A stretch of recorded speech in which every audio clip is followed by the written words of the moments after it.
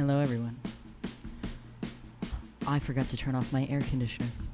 It's about to get hot in here.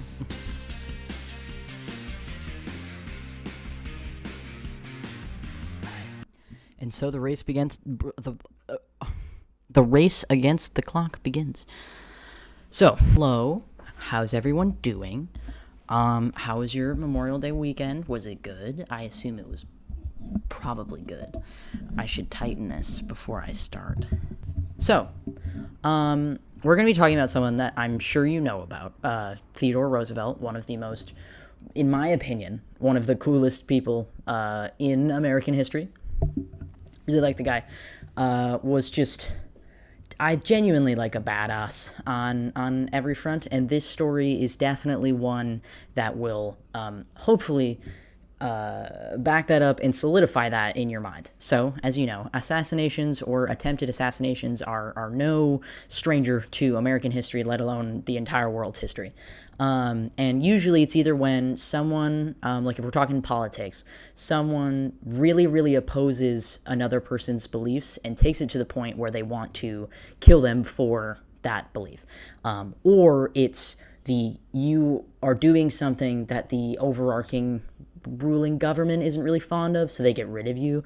Or it's a sort of teamwork type deal where government doesn't really like you, and so does an individual, so they are like, hey, let's work together to kill this person. You know, obviously that's all hypothetical, but to say, today we're going to be talking about the attempted assassination of Teddy Roosevelt, which was in 1912, and it was during the election season in which Teddy Roosevelt, William Howard Taft, and Woodrow Wilson, I believe, were all like running against each other at the time. And Theodore solidified the title of the Bull Moose Party from this event, as you will see.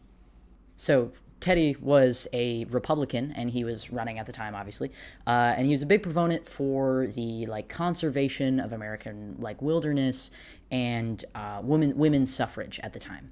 During Teddy's campaign, he made his way down to Milwaukee, Wisconsin. He was having dinner served at the Gilpatrick Hotel, at bequest, I think is the word, of the owner, who was a supporter. So the owner wanted, to serve him something nice before he went on a speech that he was scheduled to make at the Milwaukee Auditorium later that day.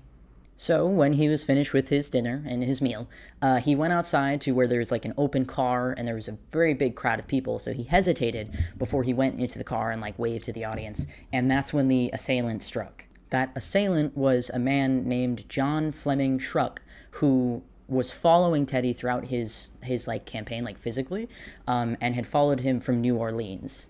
So he shot Roosevelt with a .38 caliber Colt, specifically the police positive special Colt, which was a gun issued to like standard police officers. The bullet passed through his steel eyeglass case that was withheld in his breast pocket, as well as his 50-page speech that he was set to read, titled "Progressive Cause Greater Than Any Individual," before it then embedded itself into his chest. Hey, maybe the old Flanders mobile could use... Wow, lucky I always keep a Bible close to my heart. Obviously, immediately the crowd began to panic, as he could just have died. He could have just been killed right in front of these people. Thankfully, one of Roosevelt's secretaries, Albert E. Martin was his name, and this is the only picture I can find of him, which is kind of an unfortunate picture, but it gives you a mental image. He was reportedly an ex-football player, and he was able to tackle the assailant and wrestle the gun out of his hands and essentially hold him there. The crowd began to like beat him up and start yelling to kill this man. And as this chaos was ensuing, obviously the police were called and they were on their way, and there was the police already kind of there because, big ticket man in a public area, you got to have some sort of security. So amidst everyone freaking out, Roosevelt was fine. He stood up, he was speaking, he was walking, and he told the crowd to stop attempting to kill this man. He walked over to him, had everyone clear the way, attempted to ask him like what he was doing, why he did this. He didn't get an answer from him, so then he just sent him off to the police. He then like waved to everyone, assured them that he was fine, tipped his hat, got into his car, and drove to the auditorium. in the car, he denied any sort of medical assistance. And he was a well-renowned hunter, like he was experienced. So he understood that because he wasn't coughing up blood, it hadn't entered his lungs. So he decided to, as I said before, deny medical assistance and just continue on with what he was doing. So he gets to the auditorium. He has blood pouring down the front of his shirt. And despite protests from other people, he delivers his speech for 84 minutes. He stands in front of everyone. And he started his speech by saying, "Ladies and gentlemen, I don't know whether you fully understand that I have just been shot, but it takes more than that to kill a bull moose."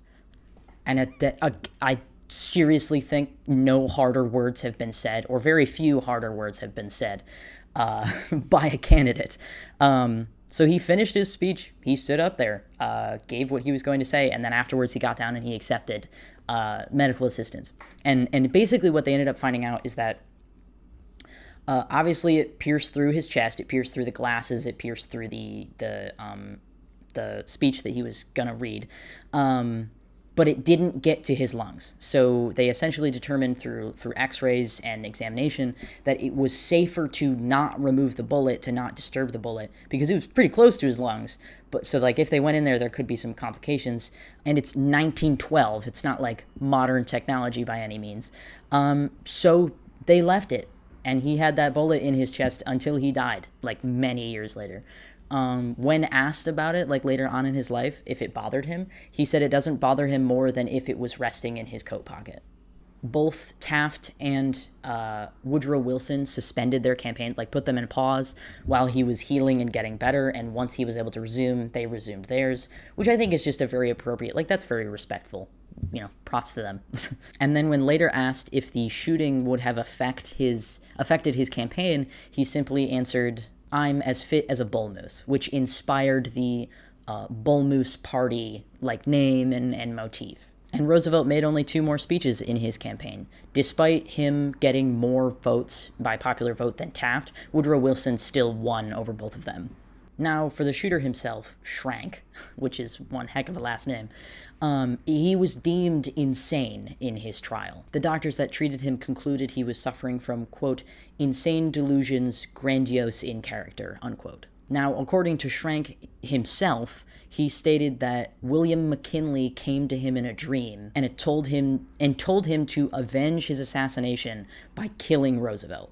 He was then committed to the Central State Hospital for the Criminally Insane in 1914, and there he remained until his death. I believe he died of pneumonia.